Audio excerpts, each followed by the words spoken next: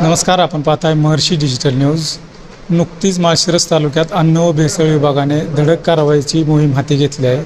याच मोहिमेदरम्यान त्यांनी पिसेवाडी विजोरी येथील जय हनुमान बाहिनात दूध संकलन केंद्रावर कारवाई करण्याची 2 दिवसापूर्वीच घटना घडली. याच दूध संकलन केंद्राचे गणेश काळे पाटील आपल्यासोबत आहेत. त्यांच्यावरती का कारवाई झाली हेच आपण त्यांच्याकडून जाणून घेण्याचा प्रयत्न करूया. काय झालं तुमच्याबरोबर, नेमकं काय कारवाई झाली? माझ्याकडे 800 लिटरची 500 ते 800 लिटरची परवानगी होती. माझ्याकडे परवानगी पाहिजे की म्हणजे 10,000 लिटर क्षमतेची परवानगी पाहिजे होती. ती माझे त्यात ही झाल्यामुळे त्याच्या संदर्भात माझ्यावर कारवाई झाली. नाही, पण अशी चर्चा आहे की तुमच्या दूध भेसळ म्हणून कारवाई झाली. ॲक्च्युली दूध भेसळ होती काय, त्याच्यामुळं कारवाई झाली? नाही, भेसळचं माझे काय दूध भेसळची माझ्यावर कारवाई झाली नाही. पण दूध भेसळच नाही तर कारवाईचं होणारच नाही ना.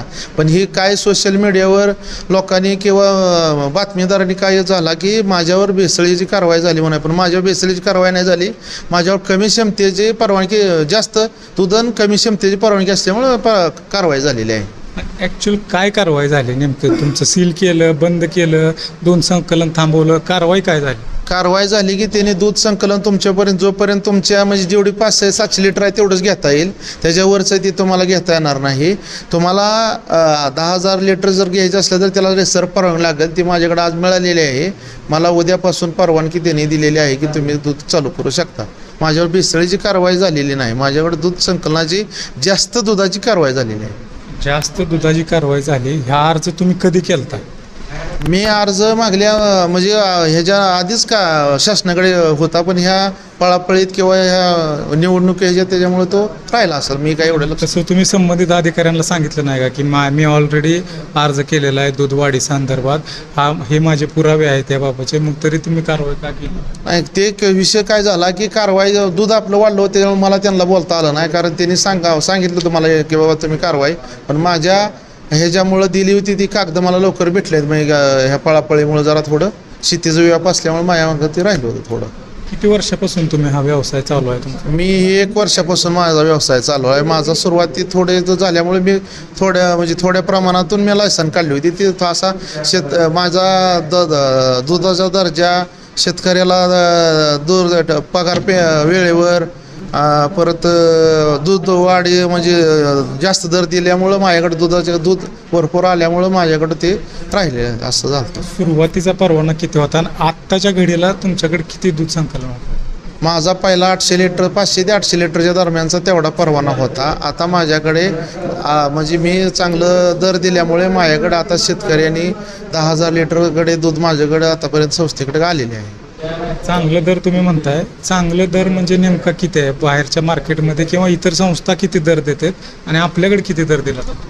शेतकऱ्याला जेवढं जास्त देता येईल. आता रेग्युलर जे चालू आहे त्यापेक्षा आमचं 1-1.5 रुपयाच्या जास्त राहतो दर. त्याच्यामुळे आमच्याकडे दूध घालण्याचे लोकांचा कल जास्त असल्यामुळे आमचं ते झालेलं आहे असं. ह्या कारवाईमुळं ह्या मागच्या 2 दिवसात काय परिणाम झाला का संकलनावर, किंवा इथून पुढं तुमच्यावर विश्वास ठेवतील का लोक?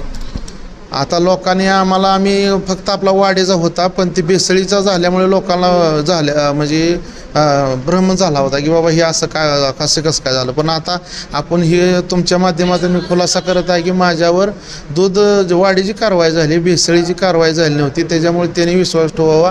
माझा आतापर्यंत ठुला विश्वास त्यांनी. अजून बी तुम्ही विश्वासाला तुमच्या तळा जाऊन देणार नाही. माझ्यावर मी असला भेसळीचा किंवा दुसरा दुरुपयोग असा काही ते करणार नाही. शेतकऱ्याच्या हिताचा अजून जास्त दर वाढेल हे हिशोबानं माझं प्रयत्न शेतकऱ्यांसाठी राहील.